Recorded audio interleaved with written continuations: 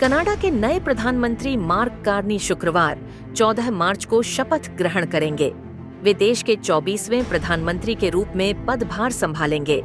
भारतीय समयानुसार शपथ ग्रहण समारोह रात 8:30 पर राजधानी ओटावा स्थित रिड्यू हॉल के बॉलरूम में आयोजित होगा। कार्नी के साथ उनके मंत्रिमंडल के सदस्य भी शपथ लेंगे। उन्होंने 9 फरवरी को लिबरल पार्टी के नेता के रूप में चुनाव जीता था, जिसमें उन्हें 85.9% वोट मिले।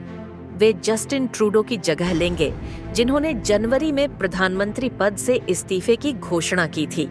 लिबरल पार्टी का नेतृत्व संभालने के बाद कार्नी ने प्रधानमंत्री ट्रूडो से मुलाकात की थी और सत्ता हस्तांतरण को लेकर चर्चा की थी।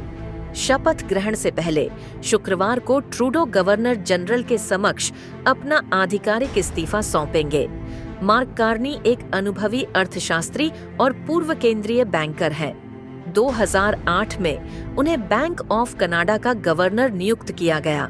वैश्विक मंदी के दौरान उन्होंने कनाडा की अर्थव्यवस्था को स्थिर किया, जिससे 2013 में उन्हें बैंक ऑफ इंग्लैंड का गवर्नर बनने का प्रस्ताव मिला।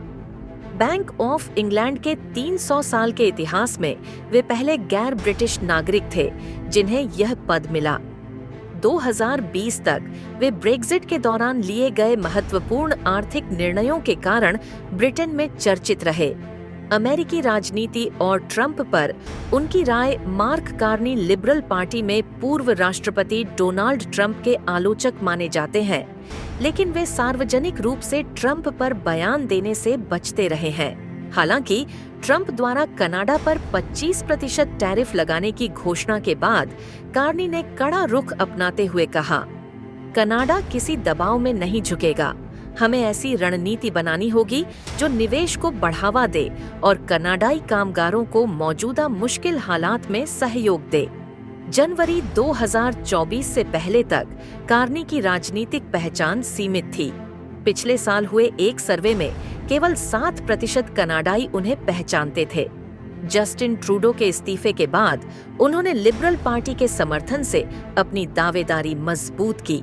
हाल ही में मेन स्ट्रीट सर्वे में उन्हें 43% वोटर्स का समर्थन मिला, जबकि उनकी प्रमुख प्रतिद्वंद्वी और पूर्व वित्त मंत्री क्रिस्टिया फ्रीलैंड को 31% समर्थन मिला। चुनाव की अनिवार्यता। हालांकि कार्नी के प्रधानमंत्री बनने के बावजूद लिबरल पार्टी के पास संसद में पूर्ण बहुमत नहीं है। ऐसे में अक्टूबर से पहले नए चुनाव कराना जरूरी होगा। फिलहाल वे संसद के सदस्य भी नहीं हैं, जिससे यह संभावना है कि वे जल्द ही चुनाव करा सकते हैं। मार्क कार्नी ने भारत और कनाडा के बीच व्यापारिक संबंधों को फिर से मजबूत करने की मंशा जाहिर की है। उन्होंने कहा है कि प्रधानमंत्री बनने के बाद वे भारत के साथ व्यापारिक रिश्तों को बहाल करने के लिए पहल करेंगे। उनके इस रुख से संकेत मिलता है कि भारत और कनाडा के बीच हाल के राजनयिक तनाव को कम करने की कोशिश की जाएगी।